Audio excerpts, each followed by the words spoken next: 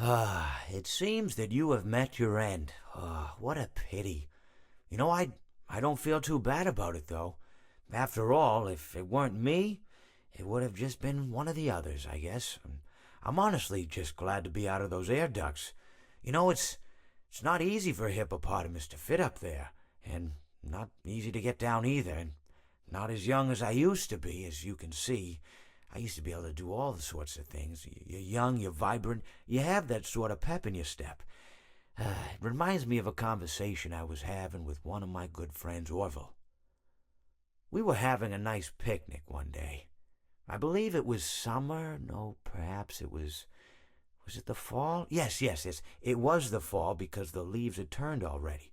But I said to Orville, I says, Orville, I have a story to tell you.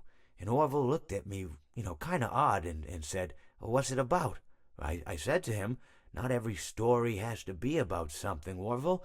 Sometimes a person just wants to talk. Why does everything have to be a story? I said to him. He just looked at me and he said, well, you said you had a story. And, he was quite right. I did, in fact. I told him I had a story.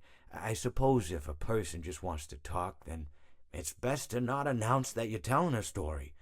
Telling a story does come with its own pressures and expectations, I suppose.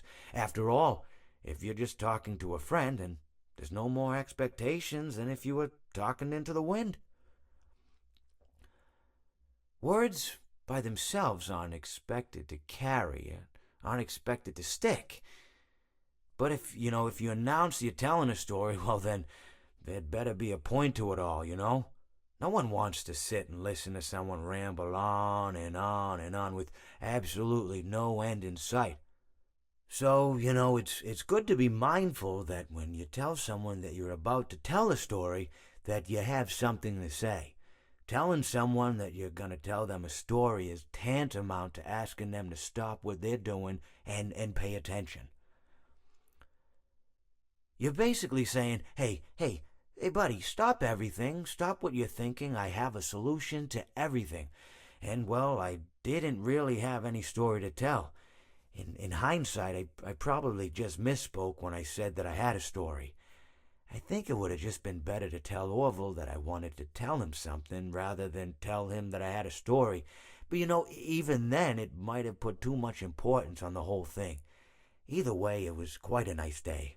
I remember that we were drinking tea.